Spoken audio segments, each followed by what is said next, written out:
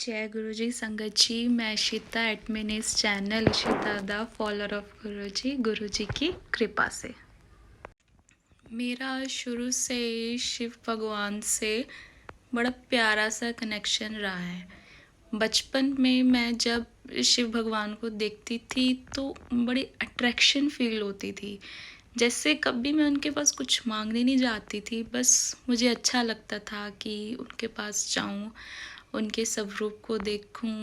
बड़ा अच्छा लगता था जब मैं देखती थी कि जैसे लोग वहाँ पूजा कर रहे हैं, वो शिवालय पे जल चढ़ा रहे हैं, तो मेरा भी बड़ा मन करता था कि मैं जाके शिवालय पे जल चढ़ाऊं, उनको टीका करूं। तो बस एक कहते हैं ना, एक बड़ा अच्छा सा लगता था, बड़ा मज़ा सा आता था कि जहाँ भी कोई मंदिर जाती सबसे पहले मैं उन्हें ढूंढती कि वो कहाँ है, तो उनके पहले दर्शन करती। मतलब उनकी फैमिली को देखना, जैसे पार्वती माँ, शिव भगवान, गणेश जी, कार्तिकेय, बड़ा अच्छा लगता था जब वो एक साथ उनके स्वरूप देखने को मिलते थे।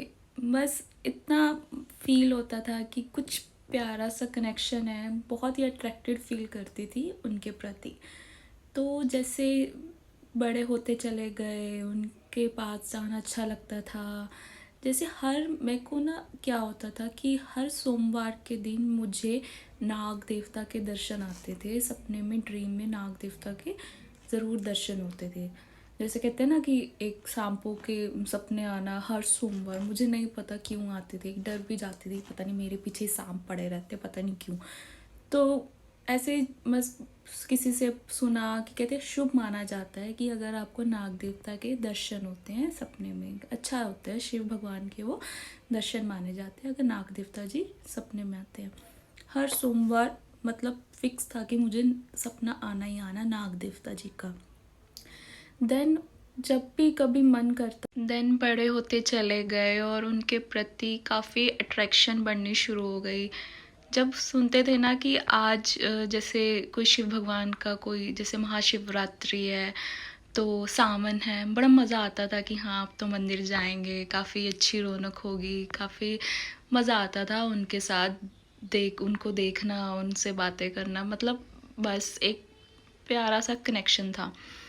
हुआ क्या कि जैसे जैसे हम बड़े होते चले गए तो किसी ने बताया कि आप बस शिवालय पे जल चढ़ाया करो।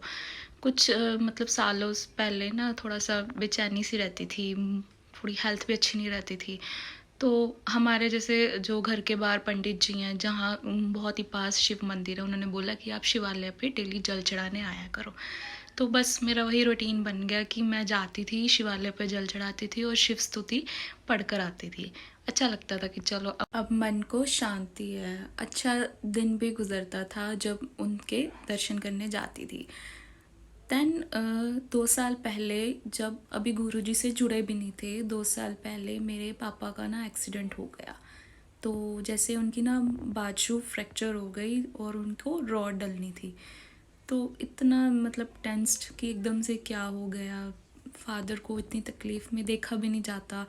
तो बस पूरी तरह से ना अंदर जैसे देखा नहीं गया वो सीन, जब मैं अपने पापा को इतने दर्द में देखती थी।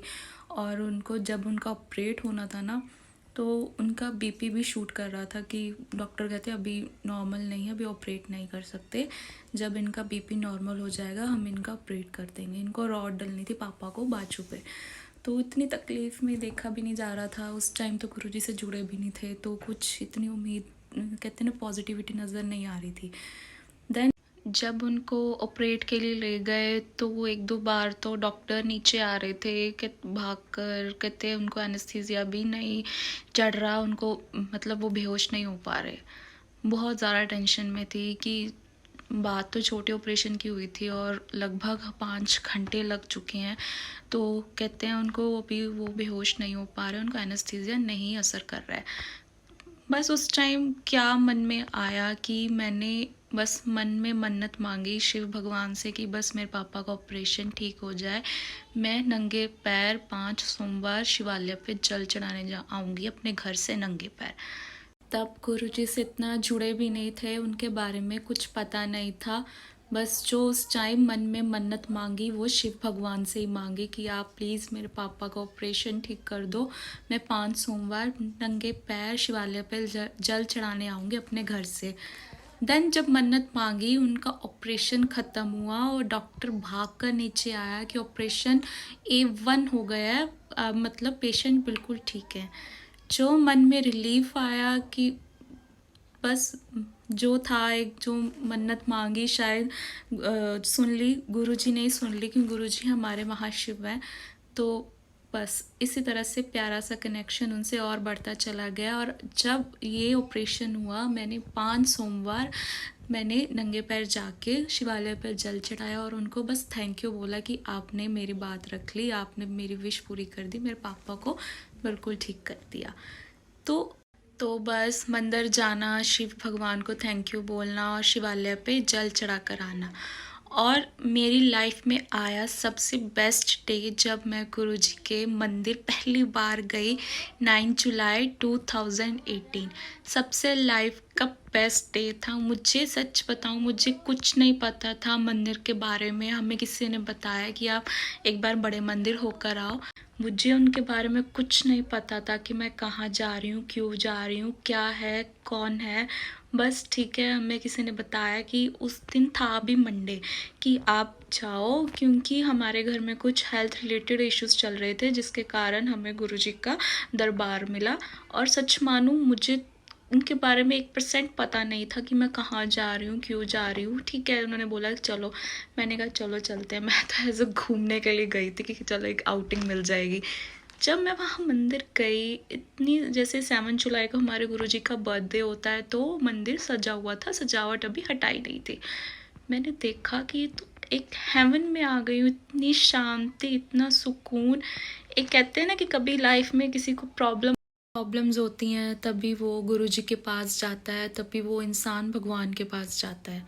सच बताऊं, मेरे लाइफ में ऐसी कोई दिक्कत नहीं थी, ऐसी कोई प्रॉब्लम नहीं थी। बट मैं तो बिना किसी प्रॉब्लम के, बिना किसी ऐसे अपनी लाइफ में ऐसे कुछ हेल्थ इशू के टचवुड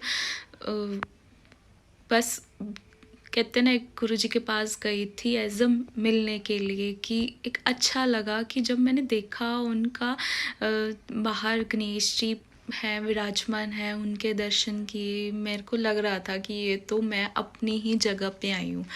देन समाधि दर्शन किए, तब इतना नहीं पता था, सिर्फ हाथ जोड़ दिए और चुपचाप उनका दर्शन करके आगे चल दिए। जब मैंने देखा आके शिव भगवान की इतनी बड़ी प्रतिमा, इतना बड़ा स्वरूप शिव भगवान का, मैं तो धन्य कि मैं तो अपने भगवान के पास आई हूँ जिन्हें मैं इतना मानती हूँ। जब मैंने उनको माथा टेका, बॉडी में इतनी तेज वाइब्रेशंस हो रही थी ना कि बस कि वहाँ ना थोड़ा सा एक डर भी लग रहा था कि ये इतना बड़ा, इतना प्यारा स्वरूप। और बस पहली बार मैंने शिव भगवान की इतनी प्यारी प्रतिमा देखी थी। देन आगे बढ़े, हमें जल प्रसाद मिला, जल प्रसाद पिया और आगे बढ़े तो देखा जैसे दरबार के ऊपर इतना बड़ा शिवलिंग, पहली बार देखा था मैंने इतना बड़ा शिवलिंग। तो मैंने गुरुजी के वचनों में पढ़ा है कि अगर हम इस बड़े मंदिर में आते हैं तो हमारे 12 ज्योतिर्लिंग की यात्रा इस बड़े मंदिर में हो जाती है। तो मुझे इतना अच्छा लगा कि मैं अंदर गई दरबार में, देखा कि वहाँ तो कोई बस एक गुरुजी की गद्दी है और उनके स्वरूप लगे। तब मैंने गुरुजी का स्वरूप पहली बार देखा था कि ये हैं गुरुजी। बस उनको माथा टेका, उनकी गद्दी पे सिर झुकाया और वहाँ जाके हम नीचे बैठ गए। तब चल रहा था ओम नमः शिवाय का जाप चल रहा था बड़े मंदिर में, दरबार में। चुपचाप हम 15 मिनट के लिए बैठे थे और बस 15 मिनट के अंदर अंदर मैं वहीं की हो गई कि बस मेरा मन, मेरी सोल बस वहीं की हो गई। ये जगह मैं आके, इस बड़े मंदिर में आके बस मेरा कहते हैं ना कल्याण हो गया। देन उसके बाद जब हम आगे बढ़े, आगे बढ़े तो हमें समोसा प्रसाद दिया गया, मैंने खुशी खुशी खाया। तब मुझे उनके प्रसाद के बारे में इतना नहीं पता था। धीरे धीरे पुरानी संगत के थ्रू सब गुरुजी के बारे में पता चलना शुरू हुआ, सोशल मीडिया के थ्रू गुरुजी के बारे में पता चलना शुरू हुआ कि, और मुझे एक बात पता चले कि गुरुजी हमारे पंजाब से हैं, गुरुजी हमारे पंजाबी हैं। मैं तो खुद पंजाब से हूँ, खुद पंजाबी हूँ, मेरा तो और बस कनेक्शन इतना स्ट्रॉन्ग हो गया कि वो पंजाबी बोलते हैं। मैंने कहा वाह गुरुजी कि आप पंजाब, तुसी भी पंजाबी, असी भी पंजाबी। तो बस एक ना इतना अच्छा फील हुआ ना कि हाँ कि कुछ मेरे कहते हैं ना बस स्टेट से गुरुजी हैं, मेरी स्टेट तो क्या गुरुजी ने खुद चूज़ की है। तो बस कहते हैं ना एक फादर का रिलेशन बन गया। बस उसके बाद मैंने पीछे मुड़ के कभी नहीं देखा। हर महीने गुरुजी ने बड़े मंदिर बुलाया, हर महीने में 1-2 बार वो ज़रूर बुलाते हैं। अभी तो बस दर्शन नहीं हो पा रहे हैं, ठीक है। हम सोशल मीडिया के थ्रू गुरुजी के डेली लाइव दर्शन कर लेते हैं रात को 7 बजे फेसबुक पे गुरुजी के आश्रम के पेज से।